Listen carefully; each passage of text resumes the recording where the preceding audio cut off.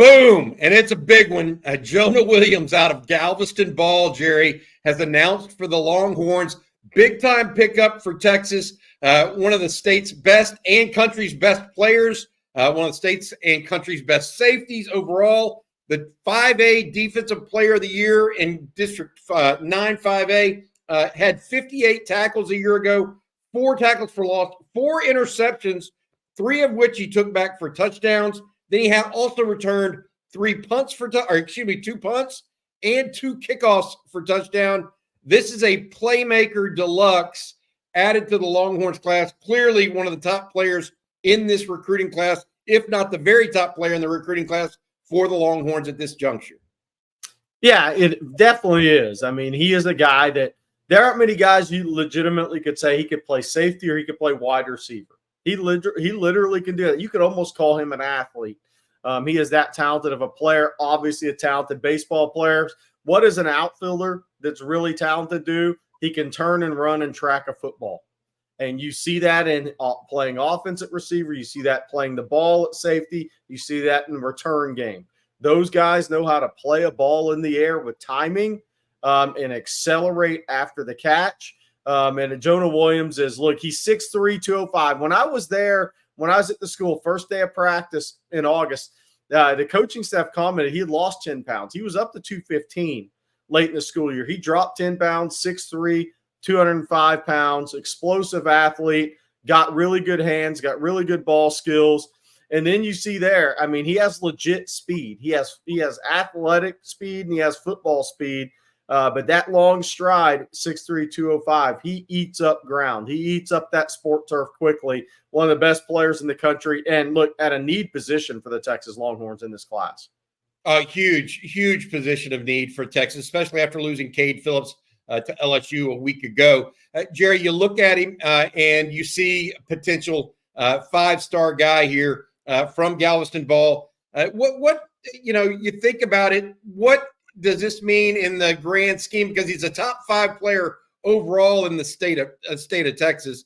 Is this one of those big ones for Texas that just ultra important for their recruiting class? Yeah, I definitely think it is, and maybe not as much as from the national reaction and all the things that come with this, but for the program, positionally at the safety position, a big athlete. That's one of the best in the country. Look, Bobby, a guy that plays the ball in the air.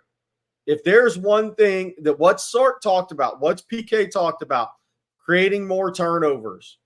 This is a guy that creates turnovers, and he's got SEC size. And that is a key right there, is he is not an undersized safety. He is 6'3", 205 pounds with ball skills.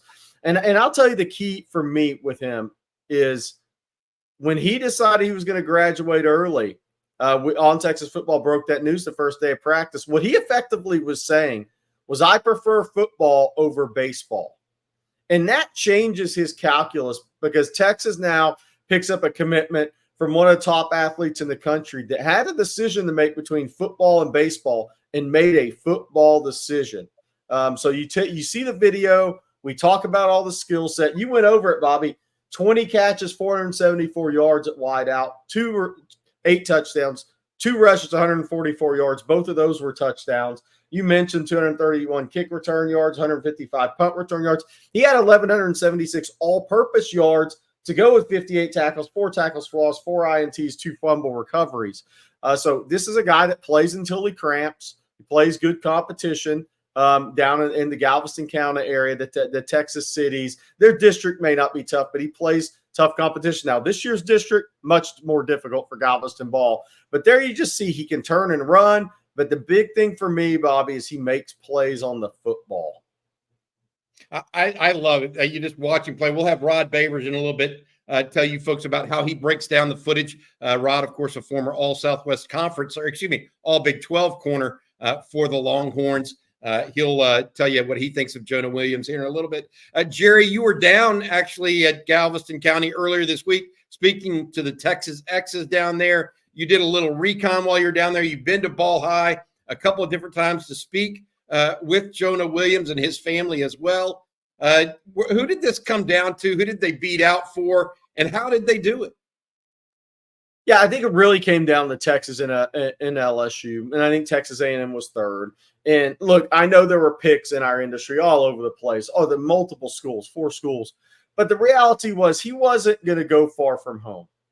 Nobody in his family, including his father, went out of state for college or went far from home for college. So there's a pattern there in the family. And here's another piece to it, why the close to home was always going to matter. His older brother, Seth, is a community college, junior college baseball player in Texas. We're going off to a 4-year school, probably somewhere in the state, to play 4-year baseball. That's a lot of travel for a family.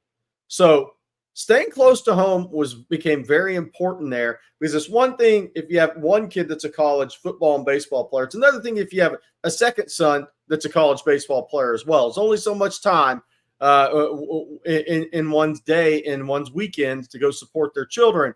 But what I think happened with Texas was, look, Jonah really liked Texas early on.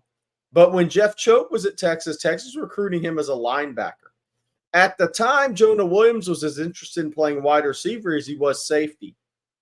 So after Jeff Choate took the Nevada job, even though Blake Gideon was the area school recruiter, Texas shifted gears, said, all right, watching you as a junior, we think you can play safety. And so Texas started recruiting him as a safety. Without that move right there, we aren't even talking about Jonah Williams committing to Texas. So that was a big move. And then I think Blake Gideon did a really good job developing that relationship. I think Texas' season on the field was big from a football standpoint. 11 guys drafted, a team that won national awards, a team that was in the college football playoff. They have identifiable football players again for some prospects. And then you have the baseball component. Jim Schlossenagel leaving A&M to go to Texas, I think was a big thing for the Longhorns in their quest in both sports. And I'll say this, Texas winning out here, while they had the closer home, in-state closer to home in their favor, Coach Baker at LSU is from the Houston area. Is tight with some people close to Jonah. He used to coach at Clear Springs High School before he got into college football. He did a very good job in this recruitment for LSU. And, he sold the defense. He sold Corey Raymond. He sold Cade Phillips and DJ Pickett as being cornerbacks at LSU and how he could come in and be the key piece at safety. So LSU did their job. It wasn't easy, but I think the combination of football, baseball at Texas, and Texas' success on the football field combined with Schlossenagel leaving A&M and coming to Texas to be the baseball coach, put the Longhorns over the top. And I want to throw one thing else out there.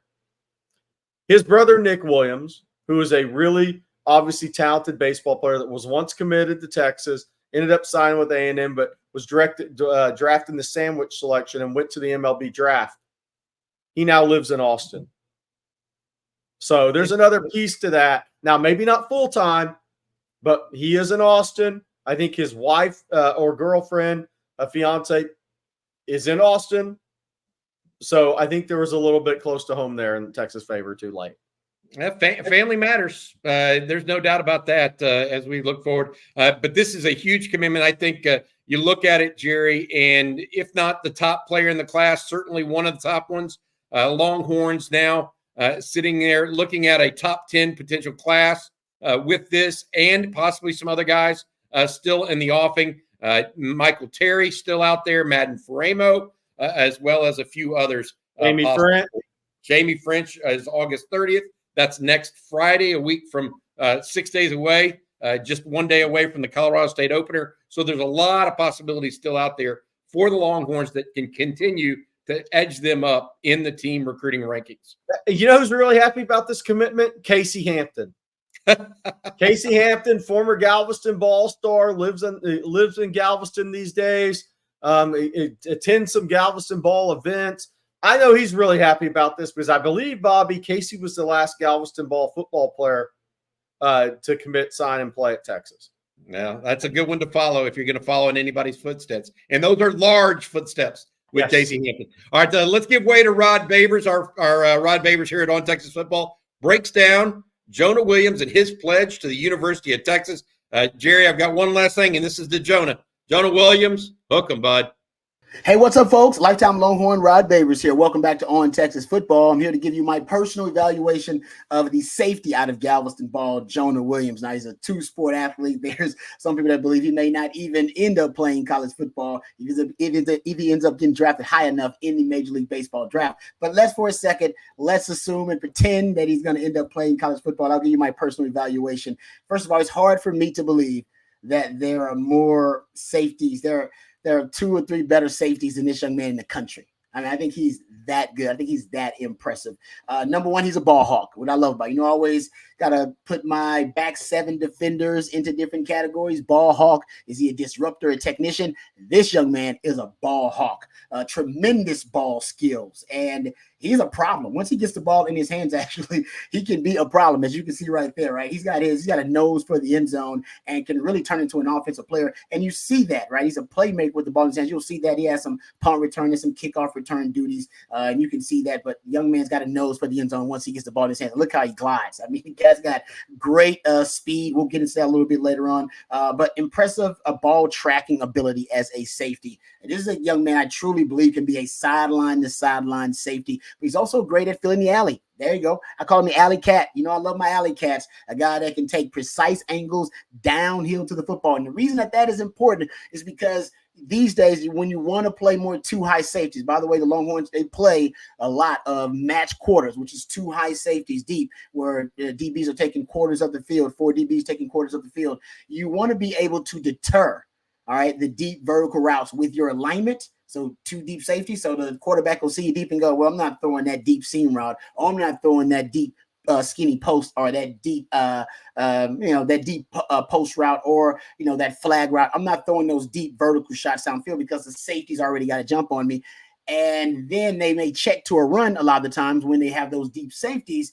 And then they check to a run. Well, they have the numbers in the box because your safeties are backed up very deep. You want a safety that can deter with alignment and still be able to get downhill 12, 15 yards and still be able to make a play close to the line of scrimmage by running the alley with precise angles. This young man can do that.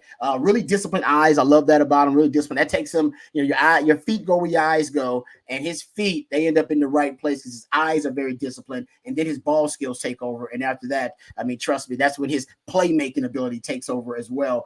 He has great range. I've talked about that, sideline to sideline. Brings his hips with him. You'll notice that when he makes a tackle.